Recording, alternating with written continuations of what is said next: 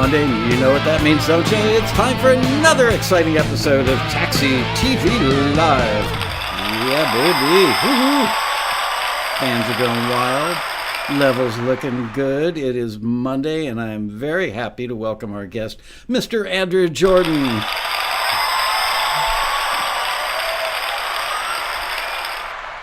Andrew was a taxi member for many years and really started to climb the ladder of success because he was paying attention and doing just about everything right, probably made a few mistakes along the way. And about a year ago, we hired him to be the person that actually writes the listings at Taxi. So I want you to know he is employed by us. He doesn't ever, I've never asked him to say anything nice about the company. I have no friggin' idea what he's going to say today. He's going to be doing 10 things that you're doing that'll kill your music career. And I could probably list like 100, but he put together his own list that I have not even seen yet. He was suggesting that we do that at the Road Rally. And I said, well, let's start by doing it on Taxi TV. Yep. So that's what we're doing today. Just for any of you worry about any conflict of interest, Andrew never hears the music from our members or screens it or touches it in any way, shape, or form. He just writes the listings and does a damn fine job. We wanted somebody who is an actual end user to give us that perspective and insight. So hopefully, let's double check, make sure I'm actually broadcasting because nobody in the chat room is saying, hey guys. There we are. Excellent connection, it says. All right. And off we go. Hello, everybody. Andre Sapani said, was a member. You're not currently a member, or are you? I don't even know anymore, to be honest. Yeah, I don't think currently. I'd have to actually double check when the last time, or when, when your renewal was up? Right. It's been a while since I've checked. All right. Well, anyway, I could go either way because, like I said, he doesn't actually ever touch the music. He doesn't know who submits. He couldn't say, hey, make sure you forward that guy because he's a friend of mine. Tom brings the listings in. Andrew gets the initial dump of information, crafts it into the thing that you guys all see. After it leaves Andrew's hands, it goes back to Tom and Eric that proof it again, and then after they proof it, it comes to me. I do a final proof. Then it goes to the person sending out the emails who actually does one more little minor, did Laskow spell something wrong proof, and then you guys see it. So it goes through a lot of steps. Anyway, 10 things you're doing that will kill your music career. And what, pray tell, are those 10 things? So I kind of had the feeling that maybe this should be 37 things that you're doing instead of 10. Oh, you can definitely go beyond 10.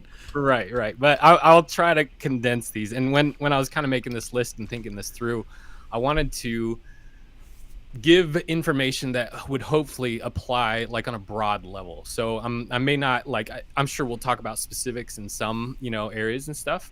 But I was trying to create something that was hopefully helpful for the entire community, the taxi community, because there's a lot of different people in a lot of different kind of modes and ways of operating, even within taxiing, trying to approach things differently and maybe have different goals and stuff like that. So hopefully these will be beneficial and helpful to everyone. But I have that same sinking feeling when I try and create content for the Road Rally every year. There's you, there's Matt Vanderboe, there are people that are moderately well experienced to unbelievably well experienced, highly experienced, and then there are people in there that just started 3 months ago down the path of sync. So I have to really think about what I'm going to put on the stage in the grand ballroom as to how do I find a way to appeal to a lot of people without talking down to anybody or going over anybody's head. It's hard. Absolutely. It is tricky, but you can grade me, and maybe the chat can grade me after we're done. See how I did on getting good content. But that's right. You'll either get a bonus or coal in your stocking, depending. The pressure is on, man. Yeah. Okay. No, yeah. I mean, if you're good, I'll go ahead and dive right in to the first one Please and get do. And going. I'm going to lay back a lot, but I may, add a little salt and pepper here and there. Absolutely, yeah. No, it'd be great. So, the first one that I have is not playing to your strengths. I think is a lot of times hurtful to people that are just getting into sync. I remember being a member for the first time and having this massive list of all these listings and all these opportunities, and I would just get so excited about like, oh, maybe I should try this, maybe I should do this. And there was definitely a season and like a month or two where I was just like, throwing spaghetti at the wall and trying random things, and not really knowing ultimately what I was going to be good at, where my skill set as a musician and eventually a producer would really fit into the sync world. So Where there was were a you process. before? Sorry to jump in so No, quickly, you're good. You're but good. let's give a little background. What were you before you started Taxi as a Yeah. musician? Were you like in a working band? Had you already done some film and TV, or was this all brand new? Yeah, so completely brand new. I was a guitarist, and that was the extent of pretty much anything that I'd done. Music. Well, I shouldn't say musically because I do play other instruments. I'm multi instrumentalist for sure, but the guitar was my bread and butter instrument. What I love doing. It's what I would, in my free time, just kind of go down to my basement and create random guitar instrumentals, and do the self-indulgent, guitar noodling thing on top of, on top of tracks all night long. So I've got that that was, Mel Bay's self-indulgent guitar noodling chord yeah, book. yeah. So it was just, something I did for fun. I sent some tracks to a friend of mine that was already, I didn't know this, but he was a Taxi member, and he's also a producer. He is actually, I would say, more of a professional audio engineer, more so than myself, and he runs a studio locally. And he's like, dude, these are really great. You should join Taxi. You should do something with these. And I was like, what's Taxi? I've never heard of that. So I go look at it, and I'm like, this is a little overwhelming. I don't think my stuff would ever be good enough, Hmm. or would ever get into, a spot like that, like where I don't think it would be used. But according to him, he thought I should join. So did some research. I actually reached out to the legendary Dean Crepane because I saw his name, and emailed him, and I was like, Dean, just give me the lowdown real quick. I'm sorry to bug you, but help me understand, is this something I should actually do? Do I have a shot at this? Is this worth my time and investment and stuff like that? And he was so gracious, took the time to write back, even listened to a couple of my tracks. He's like, man, you can do this. You just got to be really ready to put in the work and ready to make it a commitment that you're, all in with, as opposed to just kind of, just trying to, do it on more, just like whatever sort of basis. You have to actually be committed, is what he was saying. So I thanked him, joined Taxi, and yeah, then it was kind of off to the races. I had some quick success, but during those first 2 months or so, coming all the way back around to kind of that first thing that's killing career, I think, is I had to figure out where my skill set as a musician really fit into the Taxi landscape and the sync licensing landscape as a whole. And what I found was um, I had to work my guitar into stuff that was needed in a way that wasn't attention grabbing, like a lead, guitar type of thing. But if I could take a simple pop track and add some cool rhythmic guitars to it, it kind of helped elevate it a little bit. And that was how I got my first album signed um, through Taxi submission. It was a pop track with some guitar on it, and the library reached out and said, "Hey, will you do a 8-10 track album for us?" I was like, Wow, that was from your first deal or first "Well, submission or first deal? no, not first submission. That was the first forward I got, and they reached out, and that actually ended up uh, culminating in my first placement and stuff. So, and that all Wow. happened, yeah, very, very quickly. Like within the first 6 months, I think it was, that I joined Tax. I actually had my first placement. So it was a That's it. very, very quick turnaround. Yeah. So I know you to be a very realistic, practical, and pragmatic person. Most people wouldn't think 6 months is very quickly. That's part of the problem. Is a lot of Right. people. It's like, I made a submission last Wednesday. When am I going to find out that I can tell my family it's going to be in a big movie? Right. And when am I getting paid too, right? There's that. Yeah. Yeah, yeah. So anyway, again, kind of coming back around, not playing to your strengths as a musician and who you are as a musician, as an artist or whatever. You need to figure out how what you do fits into sync and then play to that. Don't try to just like go all over the place and try random stuff. Thinking that, I mean, there's definitely a period of time where you need to maybe experiment, but find your lane, I guess would be a good way to say it, and find Right. what you're good at and then really run with it and kind of pursue that. And for me, like I said, it was some of the pop EDM type stuff with a little bit of guitar that really kind of helped pave that way initially for me. So that was a big deal for me. So yeah, that would be the first one. Number two, this is huge, and this is something that I almost don't even feel qualified to talk about at times because I am in a constant learning phase with this. But it is not utilizing your time effectively. That can kill your career. I guess another way to kind of say this, or another way to like approach this, would be learning how to balance things in your life in a way that is sustainable for what you want to accomplish in sync. So when I started, my problem was that I was like pedal to the metal, like I'm gonna lose sleep, I'm gonna make this happen, this is gonna be like I'm gonna be, the first one to have a full-time income in like, less than a year, and I had all these visions of grandeur, right? And that's great, those are really good things. Like I was excited, and I'm sure a lot of other taxi members have that same motivation. That's a really good thing to have, but you also need to know how to manage your time effectively so that you don't um, lose the balance that is necessary for you to keep going, right?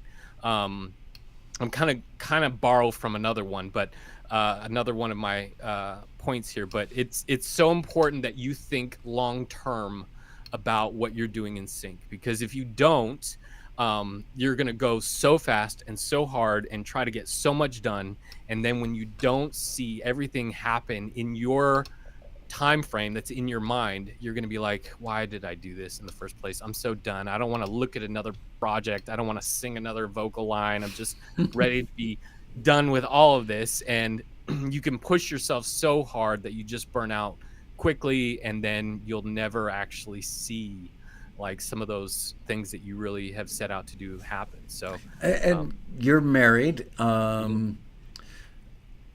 two kids, right? I have 4 kids. 4 kids? Four. Wow, did you Yeah. have two more over the weekend and you didn't tell me? next You have next week four? I'll have 6. Wow.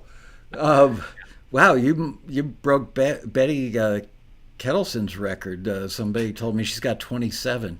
I think it was Thacker or Pearson. Somebody was kidding around in an interview and said, "Yeah, she's got like 27 kids." They were exaggerating. Yeah. Wow. So, I mean, that must have infuriated your wife. It's like we've got kids, and you're here like every minute that you're not at your day job, which you had. Right. Also, you Right. are working on this other thing, like Frankenstein building a monster. Yeah. How did that play out with your wife? Did she have Yeah. to pull you aside to say, "I appreciate your enthusiasm, but chill out"? So, no, it's a great question.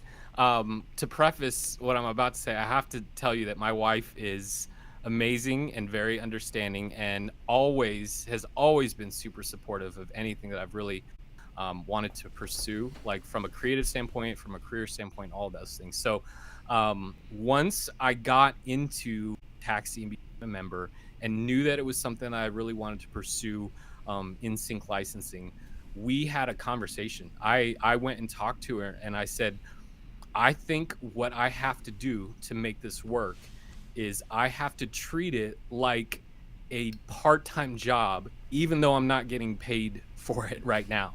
I have to dedicate the type of time and energy that is consistent and is going to be a normal part of our life and schedule. And I need, ultimately, I was asking for her help. I was saying, can you help me in this? Because I know I'm not going to be able to be doing things like, the dishes after dinner, or whatever it is that So I, that's the normally. greatest scam in the world. Every dude watching this should tell their wife, I'm going to work really hard at the sink stuff. No more dishes after dinner. Diaper Right. changes not Oh my happening. gosh. No, And no, taking out the don't shirk garbage. your responsibility. Man, I knew Yeah. you were smart. I didn't know you were that smart. Good work. No, it's definitely, it was, there are a lot of scenarios where I was having to work like house stuff and normal responsibility stuff like beforehand so that I could get to my scheduled music time. And it was a priority thing. Like there's a lot of things in my life that I really had to evaluate and say, is this something that has to happen? And do I really need to spend this time doing this? Or can I put these other priorities in place and then make time for myself in the evening to do music, or early in the morning, or whenever it was I was doing it? So, What time do you, back then, what time were you getting up in the morning? A lot of our successful members tend to get up at 4:30 or 5 in the morning and get a couple hours done before the family comes down to eat their yep, post toasties. Was that you? that absolutely was. I went through a few different phases. I started out doing late night stuff, and that worked for a little while. I would usually start at like um, 8 o'clock and go till about midnight or so. That worked for a while, but then I noticed my productivity started falling off around 11 when my eyes were drooping, and I was like, I've lost all energy. So I switched to the early morning thing, and that actually helped me because you get a cup of coffee and you're up and you're ready, and the day is already kind of moving. You have that energy throughout the whole time period. So from 4:30 or whatever to 7:30 or 8 or whatever, when the kids were trying to get out the door for school and stuff, that was a big productive kind of time for me. So yeah, I would say, like, as advice to anybody that's trying to figure out how to make this work and trying to figure out that time slot, be creative with it. Don't just say, that you have to do it at 4:30 in the morning because that's what's successful. If that works for you, awesome, run with it. But if the evenings work for you too, make it work for whatever your life kind of, is holding right now. There's all kinds of different scenarios that people find themselves in. So be creative with it and find a good way to make it work for where you're at, I guess. I think that our phones in general and social media in particular and television, the fact that we can watch anything anytime we want now makes TV even more magnetic. But this past weekend I worked a lot. I probably worked 12, 13, 14 hours on a project. I was teaching myself how to use a couple kinds of AI for non-music stuff, for businessy stuff, trying to create a very impressive document. Not so much about creating the document as I was trying to learn how to use AI better and how to write better prompts, etc. Yeah. And I realized something. The time just flew by because I was doing something new and exciting that had a real purpose to it. So I didn't have to resist the urge to keep looking at that evil thing. I would work for 3 or 4 hours, get hungry, make a little snack, go turn on the TV, watch whatever news channel happened to be on while I was eating the snack. As soon as the snack was done, took a sip of whatever, and then turned off the TV and went back to work. But I didn't have to resist like I do when I'm working on the taxi newsletter, which usually gets done Sunday night around between 8 and midnight is kind of my final sprint for the taxi newsletter. Sure.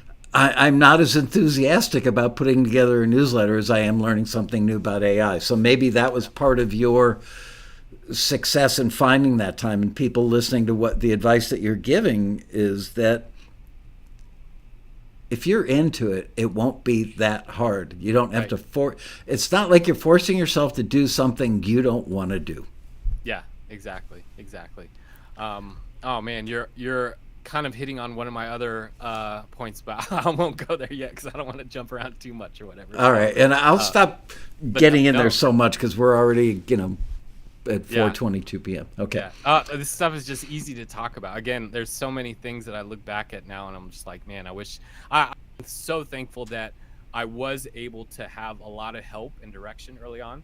And then I'm also thankful that of the mistakes I was making, I was able to kind of see those too, and kind of make sure I adjusted and moved the right direction afterwards. So the next one that I have is not being prepared when your opportunity strikes. So that can kill things. For example, I remember the first time that I got contacted by a library. Actually, the first few times that I got contacted by libraries and different publishers through taxi listings.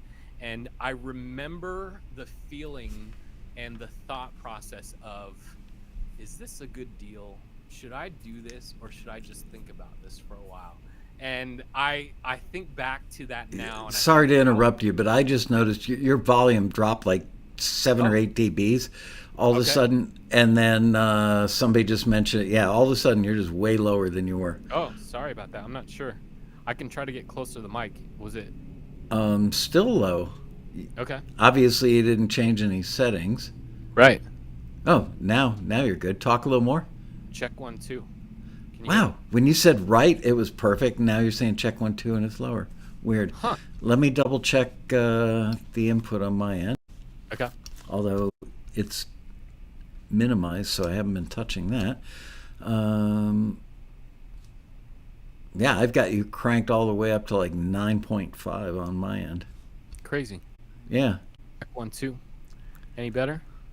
It's okay. Keep bringing it up like, 30 seconds of an inch at a time. Yep. How about now? Wow, really loud now. Okay. Now back it down. Okay. Check 1 2. Keep talking. Keep talking and turning. Check 1 2. Check 1 2. Down, down, down. Okay. Check 1 2. Check 1 2.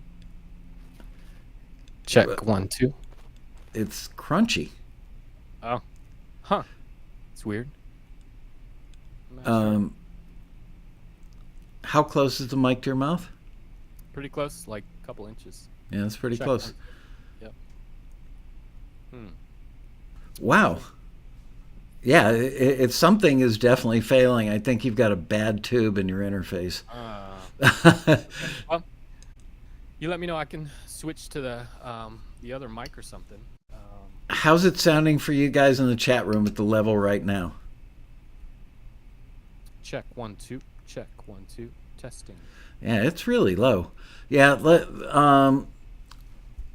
let's switch over. Okay. All right.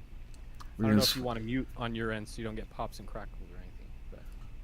Yeah, it's okay. Just blow up my earbuds.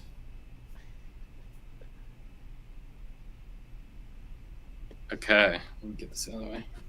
Can you hear me? Yeah. Okay, give me a little test. Check 1 2. Check 1 2 3 4. Right. Very good.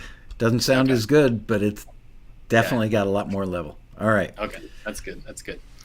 Okay, so I'll just kind of recover that a little bit because I don't know if what came through or not. But the third thing that I think people do that potentially kill their music career and their opportunities in sync is just not being prepared for when the opportunity strikes.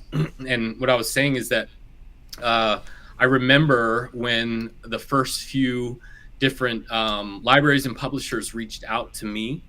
I remember having the thought process of looking at kind of some of the information and then having the need to like sit back and think, is this a good deal or is this real? Should I do something about this, or should I just kind of like sit and let it stew for a few days and not do anything about it? And I think back now how ridiculous that is, because you're not alone, but I'm shocked that anybody has that thought. What should I do? Just kind of lay back and see if it turns into something bigger? Right, because you're yeah, I think what it is like as an artist or as a composer or whatever, you're trying to like gauge where you sit in the grand scheme of things. So when you see some forward progress or something great happen, you're like, is this the apex or should I wait for the next thing? Like, and you're trying to gauge all that. So it's tricky, but the thing that I learned, and I'm so thankful that I was able to realize this quickly, is that when you're getting started, you need to take every legitimate opportunity, and taxi listings are, when you get reached out to by a client through taxi, they are legitimate opportunities.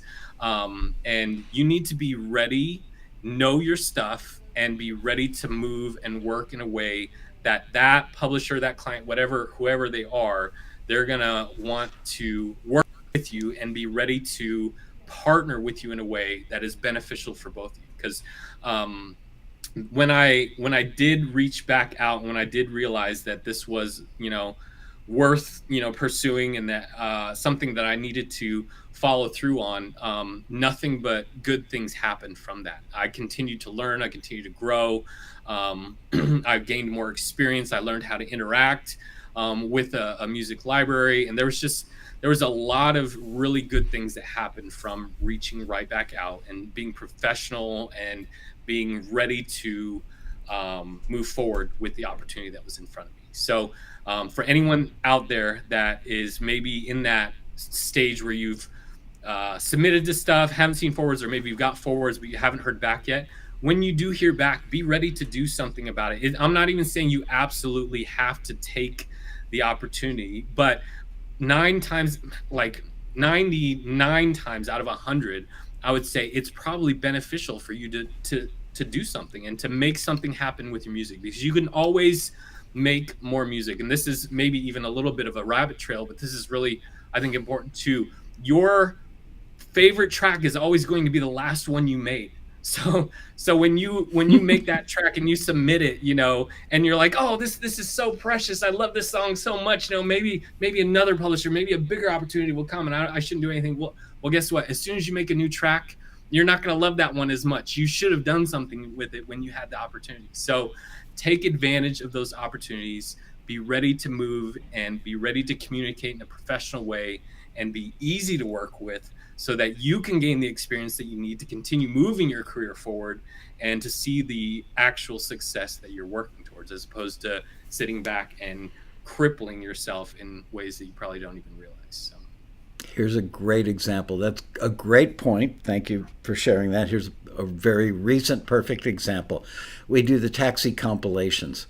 If I were in the shoes of our members, I would give up, I was going to say a fingertip, but if you're a keyboard or guitar player, that might not be optimal. Maybe a pinky toe to get on one of those compilations, because you're going to get heard by 2 or 3 dozen very active, very legitimate companies that are currently making money for our members.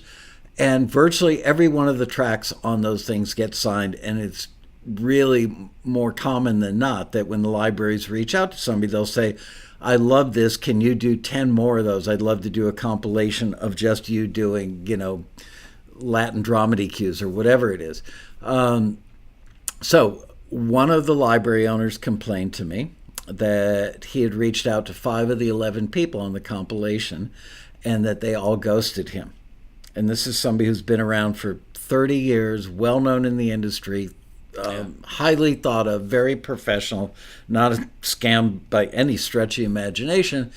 And so I fear, well, some of these he might not have jumped on it. And we do tell, when we send out the taxi compilations, we include a note that says, jump on these right away, because your competition's going to, and he who falls asleep at the wheel doesn't get the worm.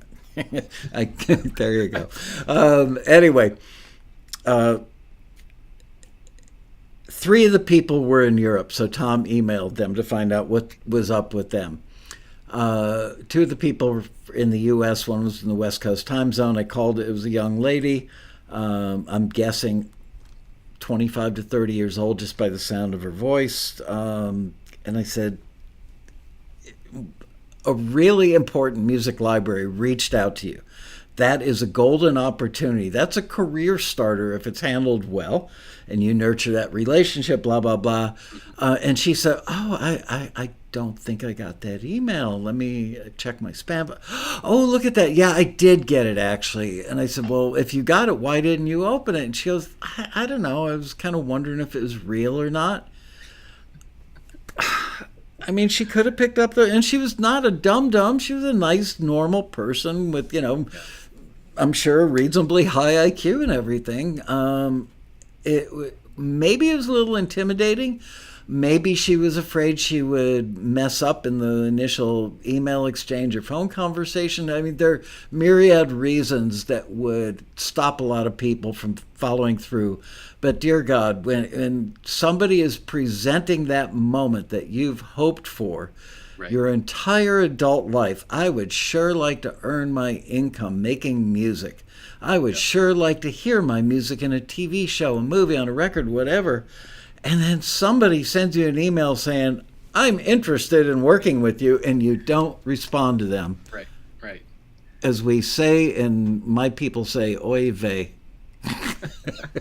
Anyway, please continue. Yeah, that's true. So, okay, the next one I got, let's see, I think this is number 4, not being able to pivot.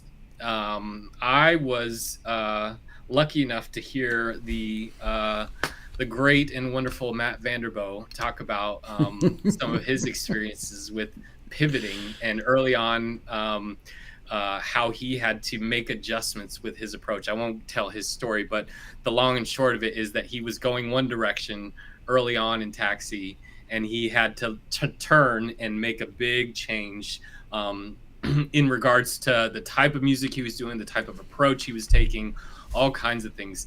I think for everybody, again, in the Taxi kind of community, we all have different approaches. We all have different mindsets and ways that we think that we're going to kind of fit ourselves into sync as a whole, right? Whether it's creating, big cinematic trailer, type instrumentals, or whether it's reality TV cues, or if it's a hit song or something for advertising, whatever it is, we all have these ideas and things that we are learning how what we do fit into the realm of sync. Yeah. And when you get to that point and you realize, and maybe you get feedback, and maybe you get some insight from somebody that's been doing it for a while, or maybe a critique form from Taxi or something that says, that this is, or consistently you're seeing, well, maybe it's not this, or maybe it's not this. You have to be able to say and evaluate, I think, where you are and what you do, and if it makes sense for you to keep going that direction and keep pursuing that, because there are a lot of different opportunities in sync. For example, for me, I didn't, this wasn't a major pivot, but one thing that I did do early on is learn production, learn actual pop production music. Like that was not something that I had done much at all. I didn't have any experience in that. But then I realized that there were these pop instrumental listings, and it was something where I thought, if I pursued that, if I started learning that, if I try that out, maybe that could turn into something. Maybe that would be, a good thing for me. So that was something that I veered off from, where I thought I was just going to do guitar type stuff early on. I started pursuing the pop side, and I was eventually able to incorporate, like I said earlier, some of the guitar stuff into it. But learning the production was really, really helpful for me, because it helped me move past a lot of the, I think, the limitations that would have been on myself as somebody in sync. Huge limitations. Yeah. So learning how to do that, and an added bonus to that, I was talking with somebody earlier today about this, is just how much I didn't realize it, but I fell in love with the production process. Like all of the things, that go along with creating pop and EDM, and all the automation curves, the EQ curves, and all these different, pieces. I didn't realize it until I got into it. And then I was like, this is actually really fun. Like creating something really sonically impressive from, all these knobs and controls and different things.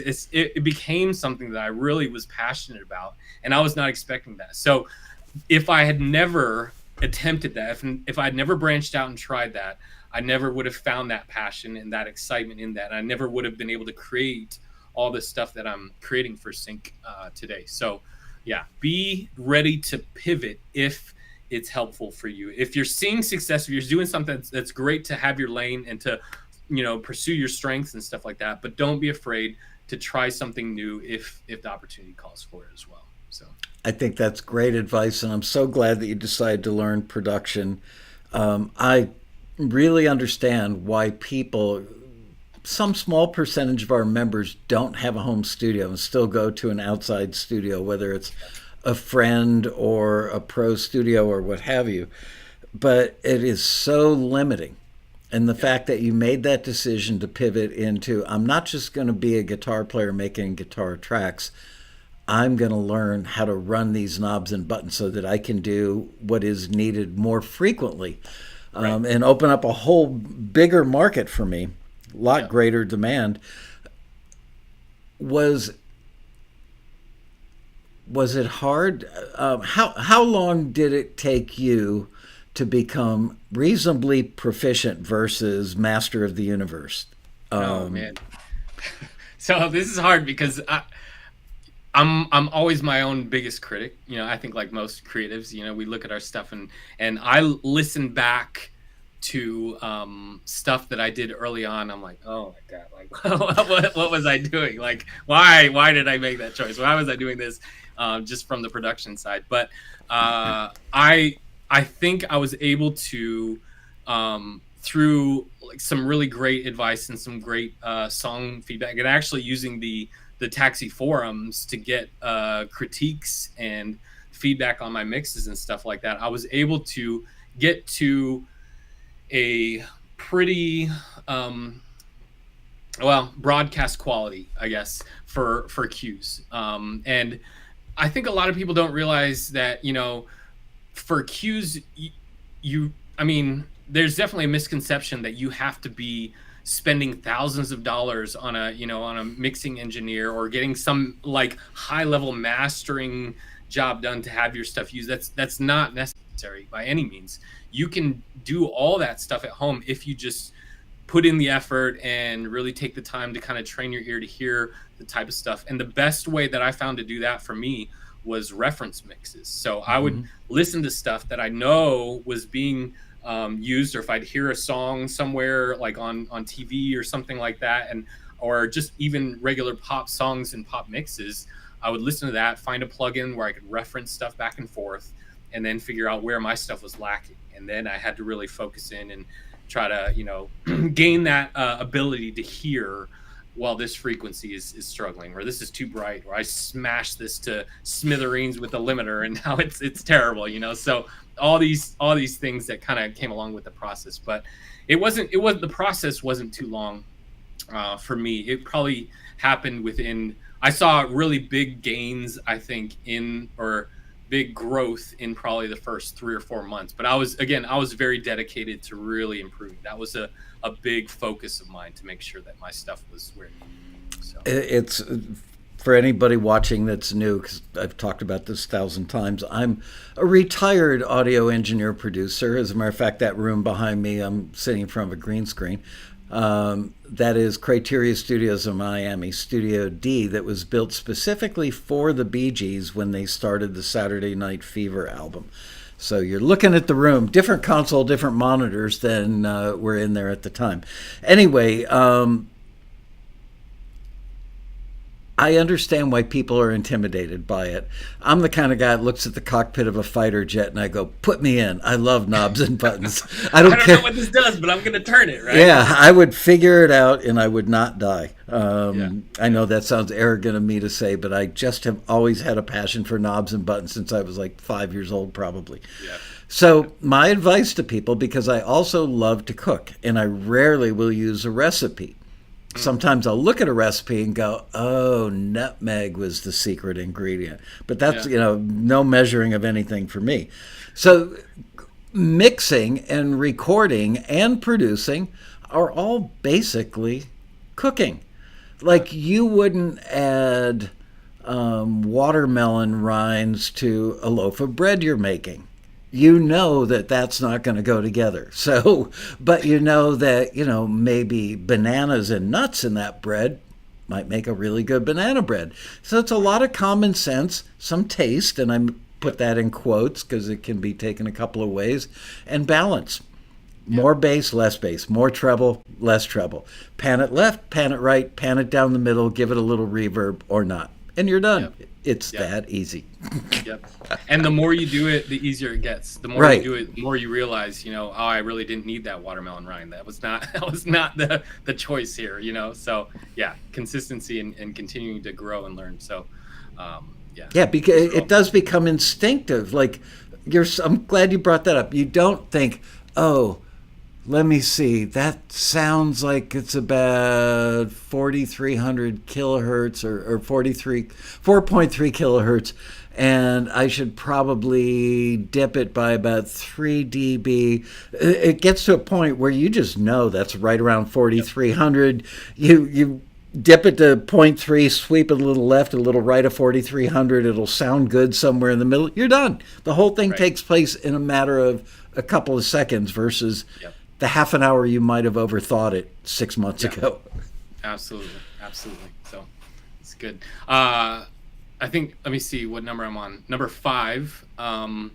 For me, I think one of the 10 things you could be doing that would be killing your music career is not being consistent, even if you aren't seeing progress. There was definitely a point for me, and this kind of goes back to my story in sync, where I saw the early success, but then there was a lull of about 6 to 9 months where it felt like I was hitting a wall, and it felt like I was not seeing things happen like I wanted them to. And there was definitely moments where I felt like just kind of giving up and like throwing in the towel and being like, well, this was a good run. I had that one placement. Now I guess that was it. Like I'm ready to, kind of give up. But there's a, I think this thing that happens to us, or at least it was to me, maybe somebody else has experienced this too, but it was just a Lone Ranger mentality. Like, I've taken this upon myself, I'm going to make it happen, and it's just all me. And I forgot that Taxi is a really great community of people. And there are so many helpful members and so many people that have been in your exact shoes, have been there. And then there are those that are currently in the exact same place as well.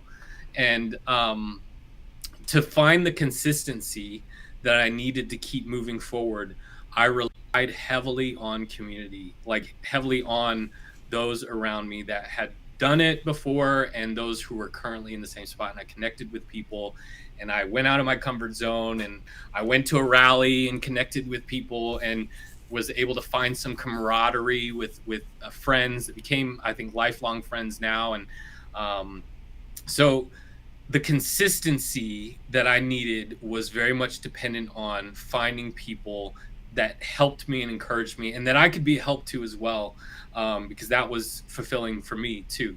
That kind of helped me realize, what, people are helping me. I may not be seeing everything happen exactly like I wanted to, but I can still be helpful to somebody else that maybe doesn't even know what to do when they got first forward, or find other ways to, to still be somebody that is doing something and seeing forward progress in some way. So the consistency thing eventually obviously did play out in a very good way for me, and a lot of good things happened after that lull of nothing land for where my journey kind of, or how it played out or whatever. So being consistent, even if you're not seeing things progress in your time frame, is a big deal. And it's something worth like taking a moment, I think, and just encouraging any members that are in that current time frame of, well, I haven't seen anything happen for this amount of time. Should I just give up? Should I just throw in the towel?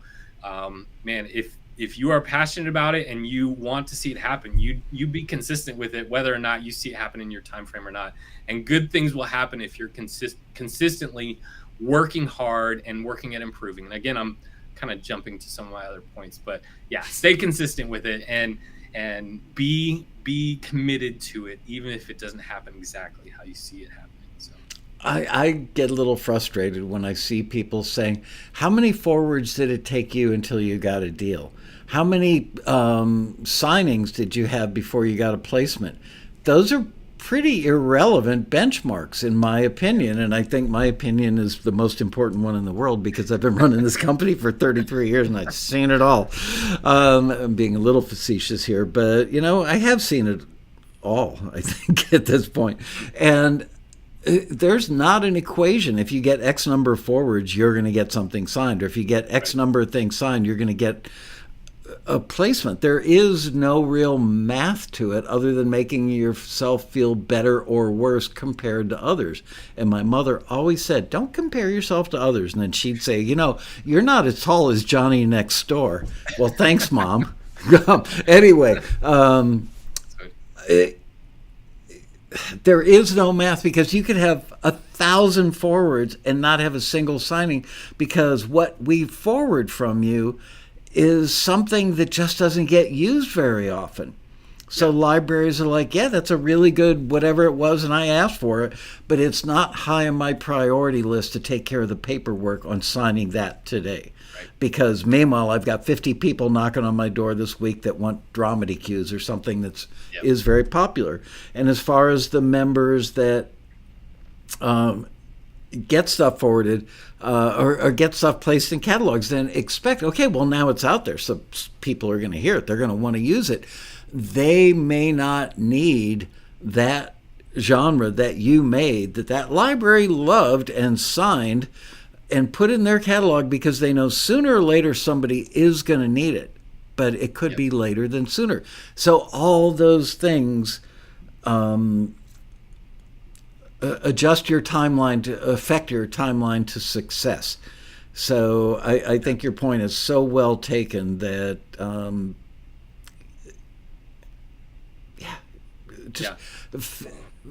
you know what, you could apply things that you said in your first few points to this point, which is if you figure out what you're best at and you learn to grow out from that. You called it pivoting, and you could certainly make a case for pivoting, branching out. You do acoustic guitar, finger style playing. That's your thing that you're really good at.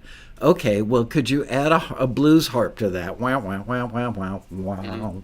Right. Well, now you do two things. Could you add, what's that little box you sit on and play with your hands? Could you add one of those? A what? Cajon, I think. Yeah.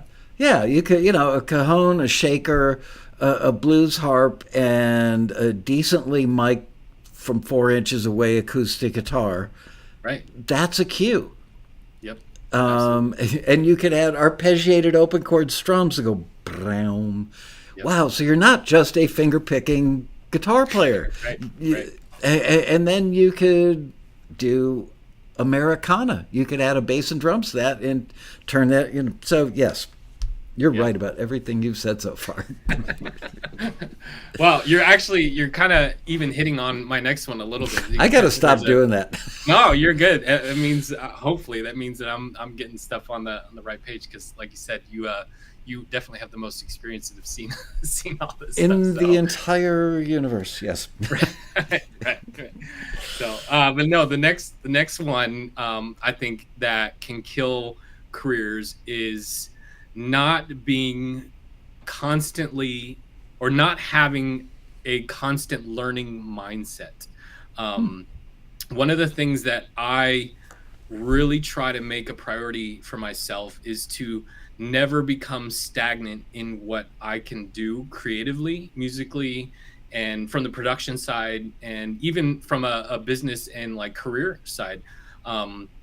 I am constantly trying to push myself just a little bit farther than where I've been in the past. And that started from very early on in sync to even today. There are things that I have as goals that I want to be able to accomplish in genres that I haven't really done yet, and things that I haven't accomplished as achievements, or just like certain levels within, the sync kind of space that I'm involved in. So I think when you limit yourself and don't put yourself in a mindset of I can continue to learn, continue to push myself, you're boxing yourself in a little bit. And you may not have to. You may be so super talented and just so awesome right off the bat that somebody's going to swoop in and say, here's a lifetime, worth of royalties, and here's all the, money you could ever want, and we're going to put you on a pedestal and you'll never have to really put in effort again. But the vast majority of people that I talk to that have seen success and that are killing it are the ones that are learning constantly. I listened to a podcast by Dave Pensato, and he's a phenomenal mix engineer and seasoned producer, engineer, all these things. And hearing him talk about having been in the game for, I don't know, however many years he's been doing it, but still constantly searching for new and fresh ways to approach a mix and to bring in different sounds and things and process things in ways that he hasn't done. That was so inspiring to me. And I'm like, man, I really want that, because I know when I'm upping my game, I'm creating more opportunities for what I bring to the table to be used in different ways. So I think that's something that is important for us as musicians. We can, composers, producers, singer-songwriters, whatever it is, we can get to that place where we're like, I just want people to recognize what I can do. Well, that's great. And you may get that at some point. But if you're consistently learning, you're creating more and more opportunities for your music to actually go out into the world and be used.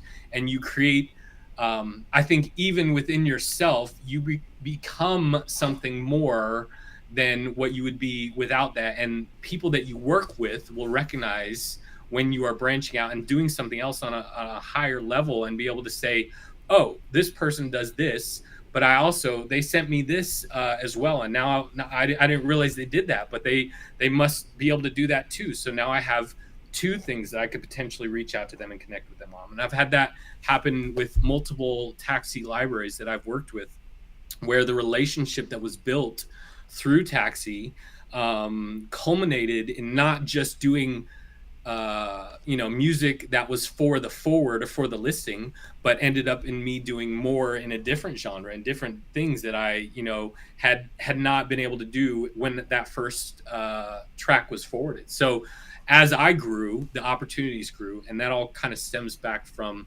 just being in a place of constantly learning and trying to grow and push yourself farther a little bit. So that's great. I'm really glad you brought up the point about getting to a point where success is kind of happening in an automatic fashion. You're good at something, you've mastered this particular genre, or maybe 3 or 4 genres within a range. You're well known, and 4 libraries all love you and reach out to you all the time with their briefs. A lot of people would quit reaching and quit learning at that point because I've got it figured out. But you know what? Stuff happens. Things change. Right. Reality TV could fall from grace tomorrow for some unknown reason. And now those 4 libraries that have made 4 libraries that have made the majority of their income from placing stuff in reality TV, they're all dried up, and you're not prepared to pivot, one of your earlier points, because you have had such tunnel vision thinking, I've arrived. You've never arrived. Maybe you arrived you're parking your car on the curb outside. Right. So you've arrived at the destination, but you haven't arrived at your destination, the pinnacle. Sure. Great point. I think it's scary too, especially for those musicians and those artists and songwriters that are confident in their abilities and maybe have done it for a really long time. There's a riskiness to trying something new. Like, you have to be willing to fail, and you have to have that ability to say, this may not go well, but I'm going to give it my best shot and try it and branch out a little bit and see what happens. And to have the courage to kind of do that is tough, I think, especially if you know how good you are at what you do. That can even, I think, put more pressure on you. So my encouragement to members would be to don't limit yourself. Believe in yourself. If you've been able to accomplish something great in one genre, and maybe adding some other element or something else is within your reach, you just don't know it yet. You could do it if you really, put the time and effort in, believe in yourself, and be willing to fail enough to get to that point of kind of success. So Yeah. Fail fast, fail often. right. These are not buzz phrases from books that are untrue. They're in those books because they are true. I want to make a recommendation to every single taxi member out there, which is newish members will say to more experienced members, what genres do you do mostly? And the guys who are successfully getting stuff placed in a lot of reality TV, for instance, will say, well, I do tension cues and I do hip hop cues and I do hip hop dramedy and I do country dramedy, all forms of dramedy because that gets used a lot in reality TV. Yep. And then very few people submit to the listings, which we're seeing more and more of. Italian music, I just saw mentioned in the chat room while you were speaking. I've been watching, I'm on my third season of The White Lotus, and they're in Thailand right now.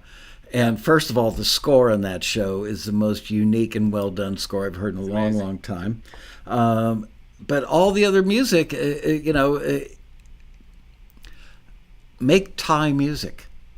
Yeah. Make African music. You don't have to be the best. You don't have to beat some guy that lives on the plains of Serengeti in a straw hut who makes incredibly authentic African music. You're not competing with him. You only have to make music that is good enough that when somebody's watching a travelogue and they jump in the back of a Range Rover to go out and take pictures of large animals, that boom, boom, boom, boom, boom, boom, boom sounds authentic. And that the video editor goes, well, that sounds pretty darn authentic. It doesn't have to be Grammy winning. It just has to. So Matt Hurt, who was probably certainly our first most visible, wildly successful member, that first guy I think that broke the $100,000 mark. And I asked him, what's the secret to your success? And he said, I zig when everybody else is zagging. And I said, be more specific. And he said, I do little niches. What's the word I'm looking for? Not geographical, ethnic types of ethnic music that other people don't touch because they don't own an oud or they don't own a zither or they don't own a this or that. Boy, the brilliance, because that piece you make of authentic Egyptian folk music might not get used for 4 years, and then along comes a whole new season of The White Lotus that takes place in Egypt, and guess whose music is in like 65% of those shows or those scenes because you have locked down that category in a great library. So that's a great example of doing what you're recommending. I'm begging you guys, we don't get enough submissions in all of those ethnic categories. You don't have to be a master of it. You just have to be believable. Right. And a lot of times it could be they want French disco. Well, what does French disco sound like? It sounds like regular disco with ooh la la or something thrown in on top of it to say, we're in France. And most of the time, that music gets played in a location to help establish the location. Yeah. So, it's again, crazy how those specifics will elevate the opportunities for you, because if there just aren't, I mean, think about how common it is for somebody just to make a hip hop instrumental versus hip hop with some little ethnic, sort of influence that creates that in a listener's mind. It just, it's kind of night and day. So, All right. Next up. Next one I've got. This would be not investing in yourself with decent equipment. This like is the something stuff behind me. I bought all that on Amazon over the weekend. Yes. Maybe the preface to this should be, you don't have to spend millions of dollars on a giant Neve console or whatever it is. But I think it is important. Is something that I had to kind of come to grips with, that I needed some decent equipment to actually create the type of stuff that would be used in film and TV scenarios. And that included having a decent MIDI keyboard, having decent monitors, having a decent interface, getting a decent microphone, all these different pieces. It was scary because I think for me, when I started, it all felt like a risk anyway. Like I didn't know if it was going to work out, and I didn't really believe 100% that it was all going to culminate in actual income.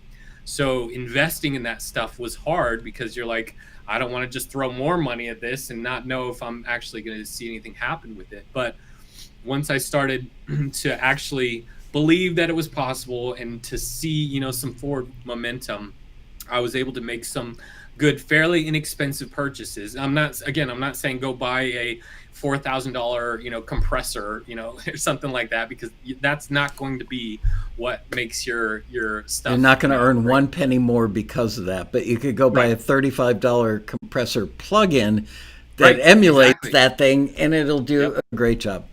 Yeah, exactly. And it goes back to what you were saying about having, not competing with the top 1% of what the mix engineers in the world or the mastering engineers. What you need to focus on is the best bang for your buck sort of thing with the equipment and having a decent computer. If you've never used an interface before and you don't know what that is, do some research, find a cheap, fairly inexpensive $100, $150 interface so that you can actually plug in your guitar and mic it up correctly, or have a decent quality sound to the things that you're working in. So learning, I should give a big disclaimer on the plugins thing, because I definitely went too far at one point and bought too much stuff. So be aware that it is possible to go too far on this. But also, virtual instruments nowadays are very good sounding if you find the right ones. And if you invest in some of those, they can definitely elevate the quality of the music that you're making. So for me, it was buying a decent synthesizer that I knew was going to be, I won't say which one, because I don't know if we should promo it or whatever on Taxi TV. No, you can talk about it. Okay. So Serum was the one that I bought. It's by I think it's XFR, I can't remember the company, but they just actually came out with Serum 2. But that was. Are you talking synthesizer software or an actual physical? Software. Okay. Yeah. So this is a plugin software, and it's very intuitive. It's great for EDM pop stuff. The new update that they just came out with is just mind-blowingly good. A lot of usable sounds, and I use it constantly. And I think if I hadn't have bought that, early on, probably within the first 3 or 4 months, I would have missed out. Actually, so funny story. I don't know if you remember this, but there was it was 2019 rally that I went to. I had my song played in the ballroom for a live review, and there was a few libraries that were doing the live reviews up on stage, and some CEOs and stuff like that. And it was a great. I was so overwhelmed, but there was just a really great reaction to it, and a lot of it was very good feedback, and opportunities came just from having played there. And that kind of starting some conversations. But that had a ton of this synthesizer that I'm talking about in it. And I had just been playing around with it, trying something new and trying out some future bass tracks and learning this new software. And all that stems back to that moment, that decision that I made to invest in myself and believe that this was worth it for me to spend however much money that was to buy that synthesizer, and then find ways to actually use it in a way that was helpful for my career. So, yeah. You know what? I have a theory that by buying that stuff, you kind of guaranteed that you would become successful. Not because the stuff made you successful, but if you didn't become successful, you'd have to explain to your wife why you dropped $1,200 on gear that didn't pan out for anything. I swear, the reason Taxi is successful is because I told every living soul I met, to the point of being a little obnoxious and embarrassing about it, everybody in gory detail, what I was going to do with this company. Yep. I was so embarrassed to fail that I had no choice but to succeed, because I would have failed in front of 1,000 people that all, I would have had to move to another city. Yeah. Yeah. It definitely adds weight to what you're doing. You're saying, I'm investing in myself. I'm investing in the belief that this is going to actually culminate in something that is helpful for me and that I can see income from. And so when you make those purchases, you're saying, I'm in this for the long run. Like this is a for sure thing, and I'm committed to it, and I'm going to see it through no matter what. So yeah, Yeah, that's a really good kind of byproduct. Plus, you get to play with cool toys and stuff like that. So that's that's right. always it's always fun. Gear So porn. yeah. All right, next one, please. Okay. Um, really, really important. One of the things I think that can kill your music career is overworking yourself, not having a good game plan as far as longevity. And I hit on this a little bit before, but I think the key thing that I want to talk about is being able to recognize when you're on the verge of burnout. And there were a few times for me that I had to step back and say, I've pushed it a little too hard. I've been going at it a little too aggressively, and I'm starting to hate the process and lose the joy of creation of music, and I'm losing the drive to actually want to see something happen in this space. So I had to learn how to be protective of that spark kind of within myself that was really excited about doing this and seeing something happen in sync. Um, and I think I now have reached a place where I can start to recognize when that burnout starts to like poke at me a little bit and say, you're getting close, like you need to chill out just a little bit, because it is such um a marathon, not a sprint, right? It is such a thing that you have to think long term in so many different ways. You have to think long term in building your catalog. You have to think long term in when you're getting paid for these types of placements. You have to think long term in so many different ways, and even in how you're learning and growing as a producer, singer, songwriter. All these things are long term endeavors, and if you don't protect that, you don't really focus on maintaining what you need to enjoy music in the first place and really be passionate about it, then you risk just throwing in the towel early and missing out on a lot of So, what was good your things that can sign? happen. I mean, how did you know? Because honestly, I think about burnout. I don't know what to look for other than if I just physically can't get out of bed or I hate my job. Those would be Right. my two signs. What was it for you?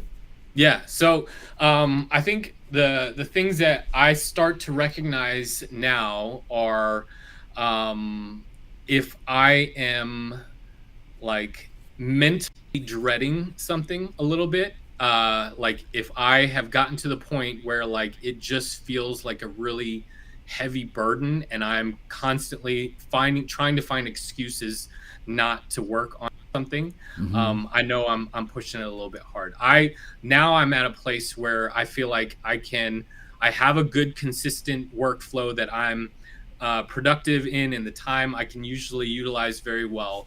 But if there are too many projects and too many things going on and so much happening that like it starts causing me to feel that dread a little bit, I will purposefully plan downtime, and I will make sure that I'm not taking new projects so that I can have some breathing room and just take even like 4 or 5 days away from doing music as a whole to make sure that I don't keep going down that path. So I think it's kind of just what you said. It's dreading things. It's trying to find excuses or avoiding things, or not just not wanting to open your computer, not wanting to work on things. A good friend of mine was talking about this and how he definitely went too far into a certain aspect of sync licensing, and he spent so much time, all his eggs in one basket sort of thing, and he didn't see the return that he was hoping, and that was just such a big discouragement. And he'd been working so hard that when he didn't see the return on investment that he was hoping for, and looking at all the time, it just all of a sudden like imploded on him. He's like, I'm done. I'm never touching this again. Now, thankfully, I think he's kind of at a place where hopefully some of that is reigniting, and that passion is coming back, and he maybe is able to see some of the things that happened during the process that led up to that burnout. But knowing yourself, knowing the type of person you are, realizing that it's a marathon, not a sprint, still having a good, like everything that we've been talking about, pushing yourself, growing, continuing to learn, all these things are important, but also being able to say, okay, I need to just take 3 or 4 days and just like step back for a second, so that I don't get to the point of hating opening a new project and working on another, instrumental cue or whatever it is that you're doing. So I don't know how you do any of it with 4 kids, frankly. Do you rent them out to like childless couples or something on the weekend? Dad's got to go make music. You guys, you're only going to be 2 miles from here, and if anything happens, run.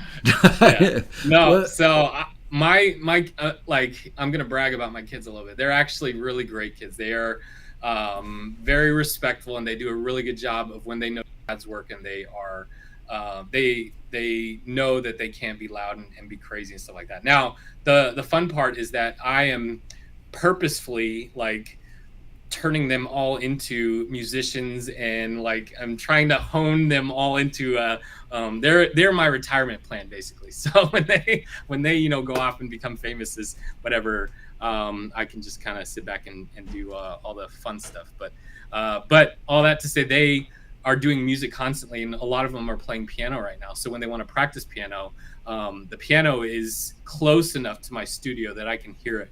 So I have to say, okay, if I'm working in the evening and they want to practice for 20 minutes, that's my break time. Like I have to step back, and it's fine, because it's something where I know it's a priority for them. They want to practice, they want to work on their stuff, and it's something that I can just kind of take a break and, again, not take myself so seriously, and just relax for a couple minutes while they do their stuff. So yeah, balance and everything. So is your wife musical? She's a super talented vocalist, and she also plays keys and stuff like that. So okay, that was part of our story, and how we got together initially was we bonded through music and stuff. So so it's genetic for my kids. They have no choice. They're going to be musicians for sure. But doomed to a life of frustration. right. How many forwards did you get? Yeah, before you got your first thing. What number are we up to now? I think 9. Okay. 9. Well, you started that. I'm going. Oh, I've got it already. Don't let me forget, folks. I'm giving away a copy of Steve Barden's amazing book before this episode ends. So I'm going to rely on you guys in the chat room to drive me crazy when we're like 5 minutes from ending. All right, proceed, please. Okay, second to last one. I did talk about this a little bit, but I think it's worth kind of giving its own whole section to really focus on, is being. I think. Well, let me say it in the correct context of the actual overarching topic. One of the things that would potentially kill your music career is not finding your community and not connecting with others in a meaningful and vulnerable way, because there are a lot of ups and downs in pursuing sync licensing.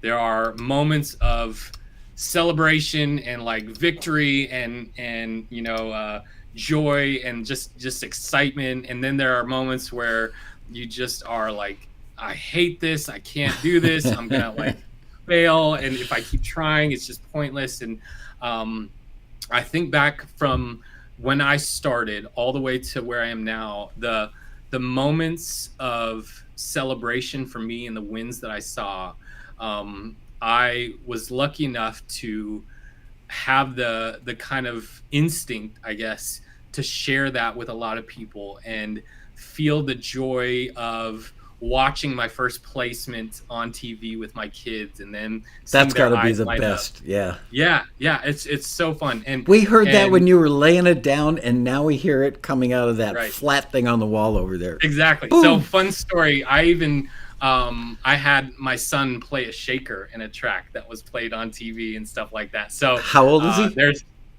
He's 7. Yeah, 7. Okay. Wow. So, yeah. So Yeah, so there's all kinds I think he was like 5 when I had him do that too. So and I had a track that was for a Paw Patrol promo and stuff like that, and him seeing that, sharing that kind of moment with him, watching shows that I got to do score to pick type work on, with them, and have Wow. them ask me, Dad, is that your music? Is that yours? Is that yours? So those types of wins and finding ways to share those success stories with those around you is so incredibly important and so worth all of the hard and difficult moments that you have to go through in order to get to them.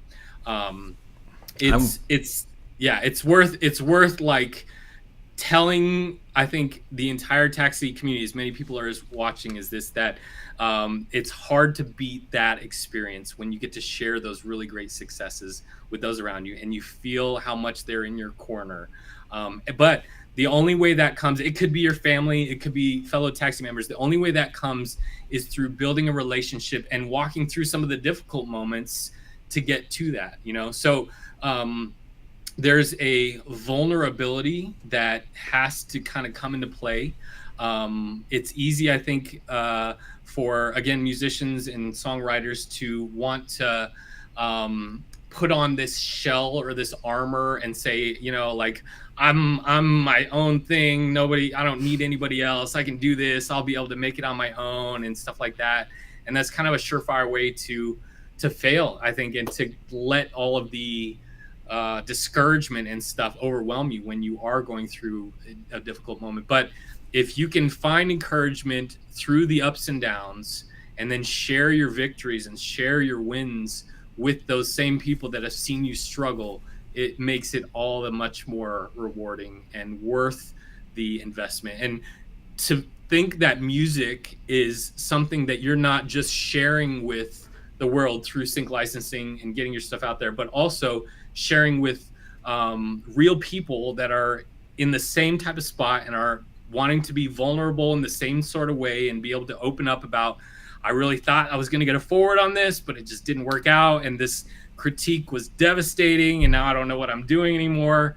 Well, if you got that one person that can say, don't quit, you're doing awesome. You might need to pivot a little bit. You might need to change up your approach, maybe work on this, but you are talented. You can do this. You can still make it if you really put in the effort.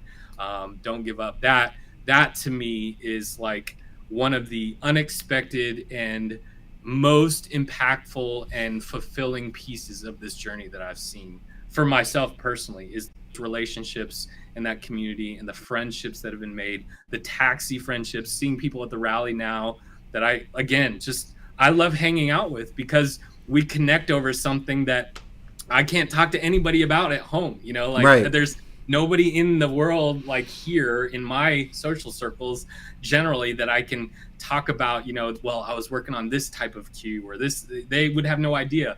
But when I talk with taxi members or people that I've connected with, through sync, it's great to have. That community is really, really important.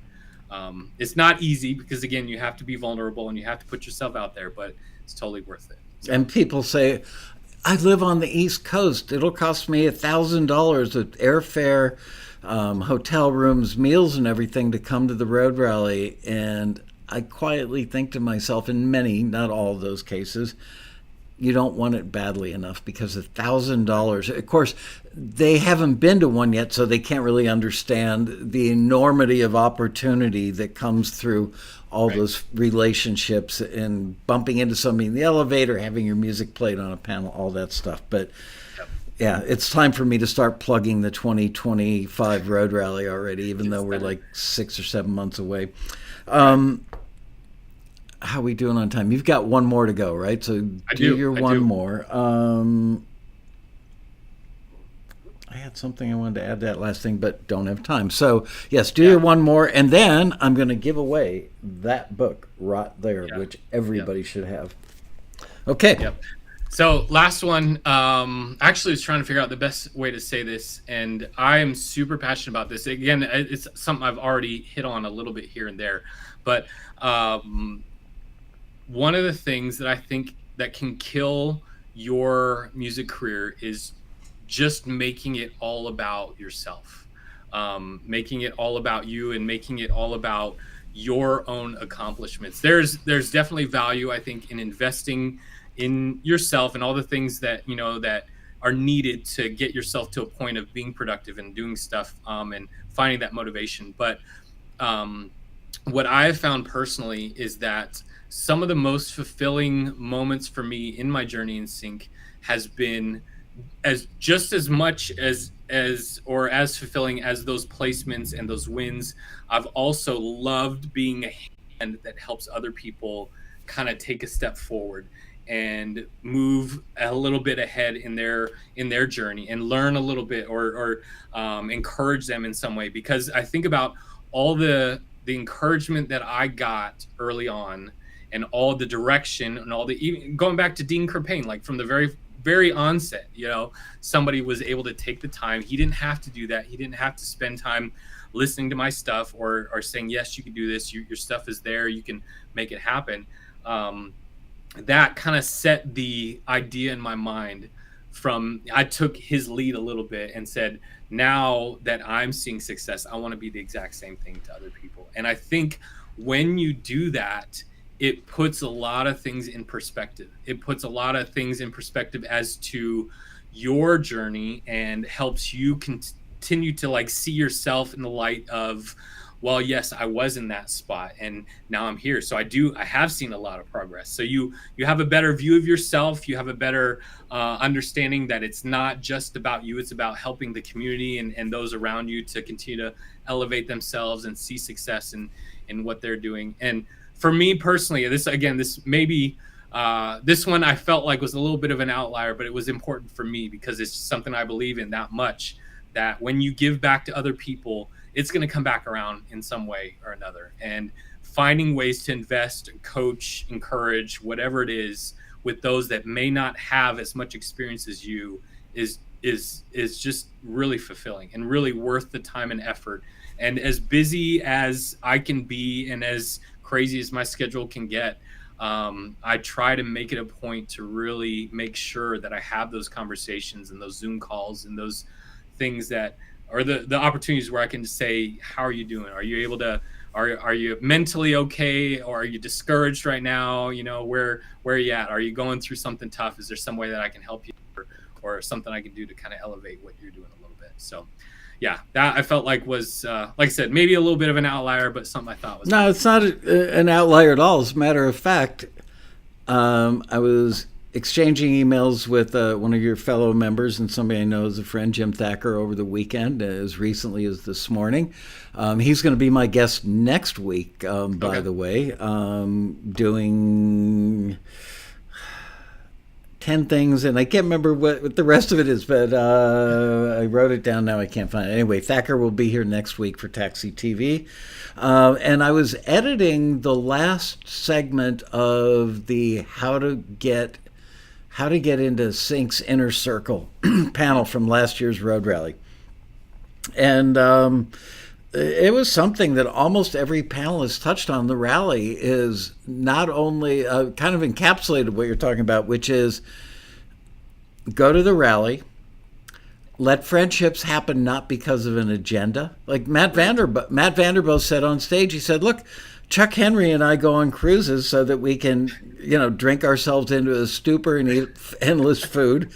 Right. And we can be on a cruise for a week and not mention music one time. And Vanderbilt was talking about the fact that he sends me a Christmas card every year. And the first time I got one that had a copy of his, fell out. Anyway, had a copy of his first robust quarterly payment. And he sent that to me in the Christmas card. I keep it next to my desk. It's there to remind me of the good that we do in the world here at Taxi and that we do change lives. And Vanderbilt said, you know what? Friendships that are built with an agenda, and I'm paraphrasing for him here, but if you're building a friendship with an agenda, that's not the kind that pans out. It's when I call you up and say, "You really have 4 kids? Where do you put them all?" Or say, talk about stuff other than other than music. When there is no agenda, people who come to the Road Rally, watch a show like this, read the taxi newsletter, look at the forum, do whatever, and they come to the Road Rally. These are the 5 people I have to meet, because when they hear my music and they recognize how good it is, they're all going to want to work with me. I get a free ride into all these libraries and stuff. Right. It's just that you can smell it. You can literally smell it and feel it when somebody approaches you like that. Don't go away. I want to give a book away and then we'll wrap up. Okay, so here's what we're going to do is, let's see, what can I have you type? The letter B in the chat room, but not until I say go. B for book, because my brain is highly functional today. And Liz is going to go up and down the list with her finger and go bink, open her eyes, and wherever that lands, that person gets a copy of this incredibly good book, Writing Production Music for TV by Steve Barden. This is on the list of, there are like 6 or 7 books that every taxi member should have that I believe are truly life-changing. You pick up this book, start reading, you will not be able to put it down. You will keep it close to your studio and use it as a reference numerous times throughout any year. I should have just put it in my little thing. I could have popped it up as a frame in the video instead of holding it up like a dork, but no, I didn't have my act that together. So, are we ready to pick a winner, everybody? Dominic, you started too early. Not trying to embarrass you publicly, but I am. Okay, go, you guys. I really should have the Jeopardy theme playing, but I'm pretty sure that I get in trouble for that. It's like Johnny Carson holding it up. That's right. Hold on. There's my Karnak imitation right there. Only for people old enough to have any idea who that is.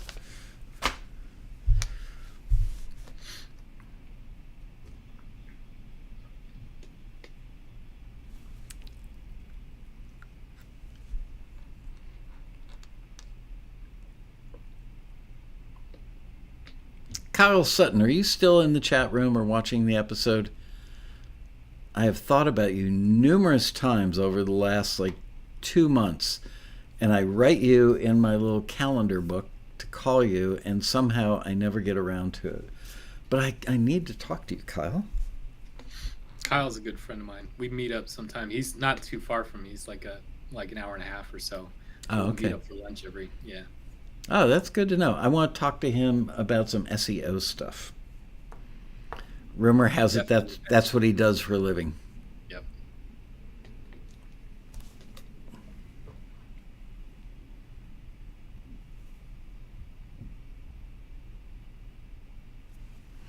Lee Brovitz, you win the book. Congratulations, Lee. Wow, is that loud? So Lee, you just need to email liz@taxi.com and provide her with your ground address and your cell phone number, just in case we have any issues, and we will send you that book. You'll probably get it in about a week. So congratulations. Andrew, thank you so much for prepping all this stuff while I know you were sick while doing it. God, you can't even tell now. So whatever drugs you're taking, I highly recommend them. I took some about an hour before we started. So yeah, I guess. You have no red eyes or runny nose or anything. Where is I wrote it down. I want to tell you guys what we're doing next week with Jim Thacker, but I guess you'll have to. Oh, I know what it was. It's things I wish I knew when I was starting out. And I'm sure there will be some overlap with some of these. I'm going to have Thacker watch this episode now to make sure that he tries to get as much fresh material in there as possible. Good thing I went first. I can get it all in there. There you go. He probably gave you the cold, hoping that he would get to go first. No, I'm sure he would do that. But, and there's some. Oh, and coming up, I am flying on my private jet. Hold on, got to get the jet. Got to see the jet. taxi private jet. This is news.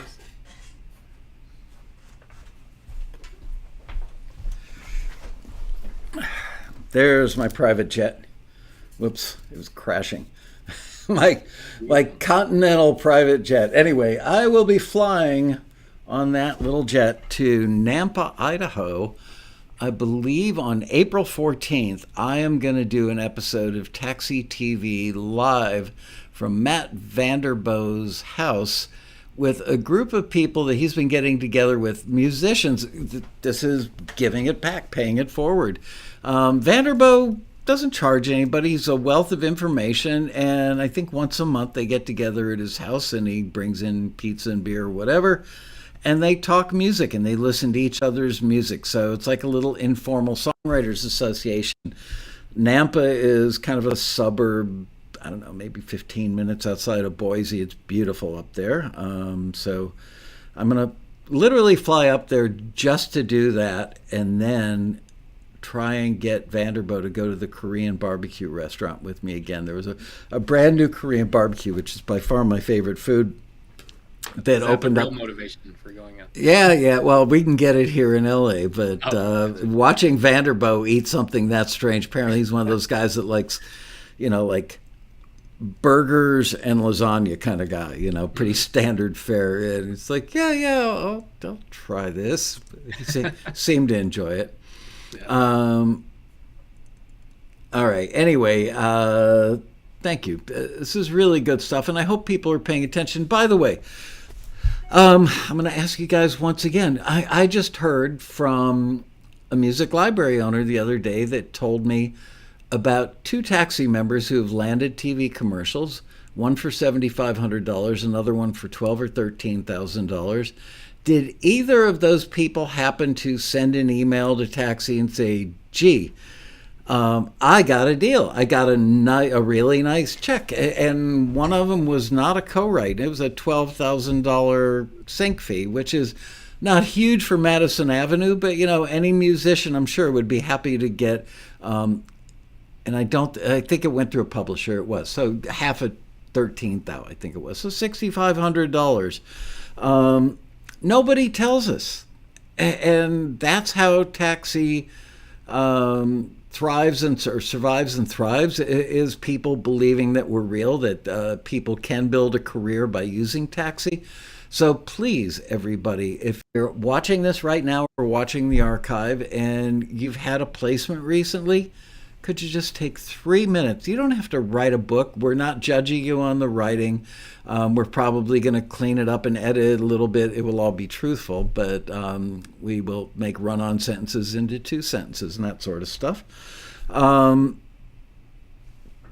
us know. Just let us know. Matt Vanderbo doesn't let me know when he gets... Calling him out. Yeah, right here in public. Damn it! I'm going to do that when I'm face to face with him in Nampa. I'm going to say, okay, how many of you people in this room are current Taxi members? I think maybe half the people in this group are current members. How many of you find Matt to be inspirational? All the hands are going to go up. How many of you think that Matt is a putz for not letting Taxi know when he gets a good placement? All the hands will go up. Anyway, now I'm going to give him endless grief about that. So thank you all for watching today. Andrew, thank you so much, and thank you for doing a great job writing the listings, and thank you for doing this when you're still getting over that cold. See you guys next week for another exciting episode of Taxi TV Live. Bye-bye.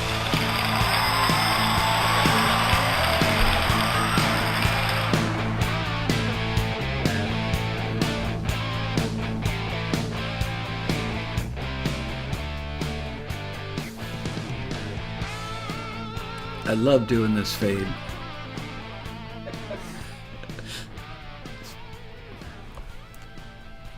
There's my cue. And we're out. Bye-bye.